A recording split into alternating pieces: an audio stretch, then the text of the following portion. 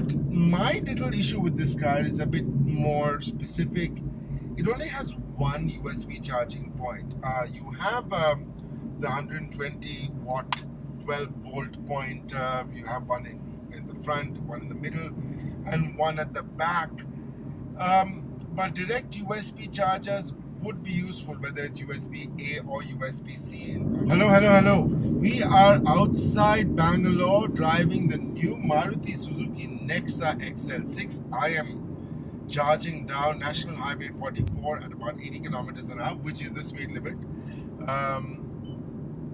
Driving this new car. It's been refreshed. Of course, it has a new K series 1.5 liter petrol engine, but this car is extremely economical. I've had it all morning, and I'm getting 16.6 kilometers a liter. Of course, a little bit of highway, a little bit of driving around the interiors. I haven't been blasting the car. You won't be buying an XL6 to blast it. But Maruti's done some good features with this car. I mean, it's 105 PS in this car anyway, so it's not very blastable. We get the SmartPlay Studio, we get these ventilated seats that are oddly loud, and we get little other features, Nix and Ax with the lights, some slight design changes, both in the exterior and interior. You get this 4-wood finish in this top model. Not really a fan of this, but yeah. Nice black dark interiors on the XL6. It's one of the distinguishing features of the XL6 compared to the Ertiga, other than the fact that the XL6 has 6 seats. What I like about this car, the K series 1.5 liter engine of this car, really economical, and I mean Maruti is doing a great job. I've been telling them restart the Kitna Deti Hai campaign because all their cars are super duper economical. I've been on the highway, and for a petrol car with a 1.5 liter engine, this car gives me 16.6 kilometers a liter. Really good.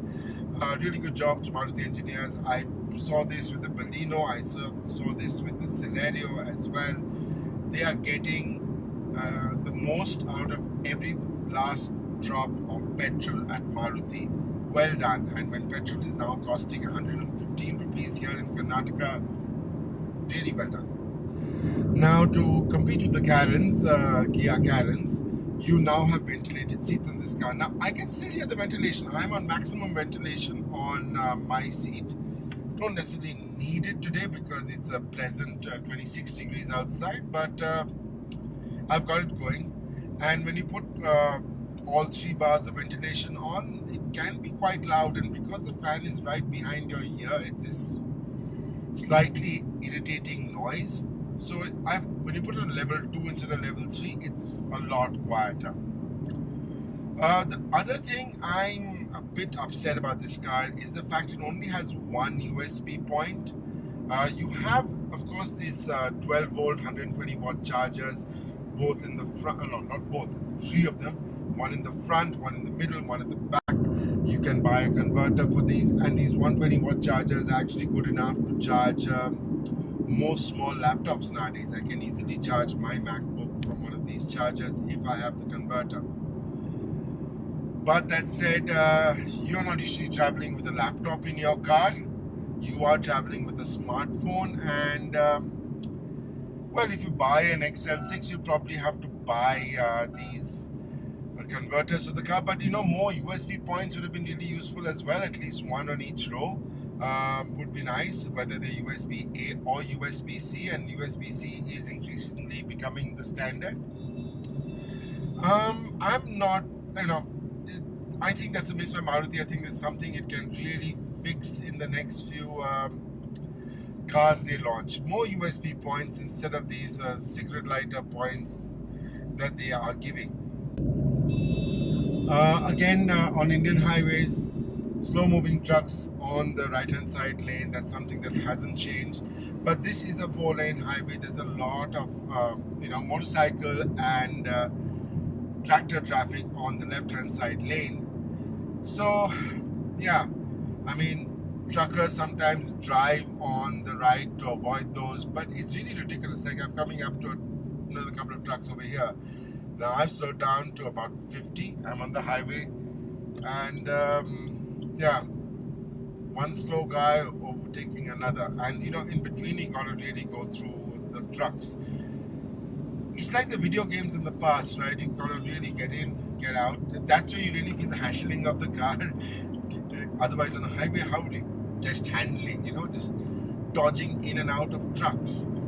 But that's the sad reality of India, and I think that's changing, for the better.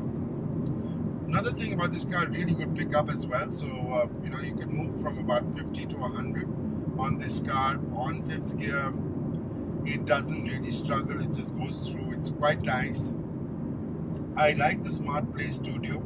Another feature that some of the other car makers like the Hyundai Kia group have is sometimes on the Creta I'm driving, for example, the screen is slightly aligned to the driver instead of being flat. I mean, the Kias come with a flat aligned screen, and this is also slightly angled up. So right now the sun is from there. Great for shooting a video like this, but I've got a lot of reflectivity on the screen, which is okay, you can deal with it. They've also given some changes to the LED DRLs up front and at the back. Playing around with the lights, doing some features with the lights. Really nice features. Definitely a car if you have school-going kids, or you want to travel comfortably. It's a car you can consider buying. The Carens has of course come and really shaken up the market. You have the Carens available with a standard naturally aspirated engine, but it's not the version that Kia is pushing the most. And if you want to buy petrol Carens, you end up buying the 1.4 turbocharged engine, which not the version I'd want on a Carens.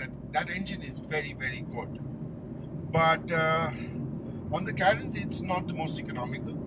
But anyway, that's beside the point. So this naturally aspirated engine is quite nice. It's really economical.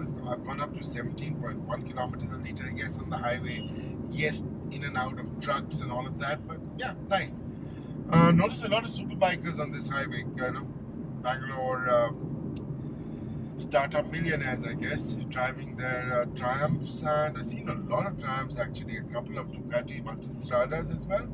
So yeah, it's a popular day to be riding this Saturday. Okay, again, now you understand why the trucks are moving around, because there's a lot of slow moving two-wheeler traffic as well.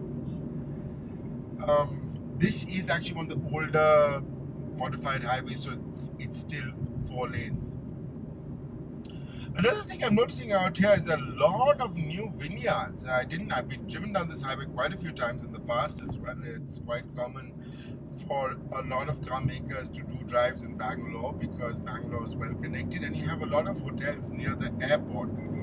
It's been a while since I've been into Bangalore city actually.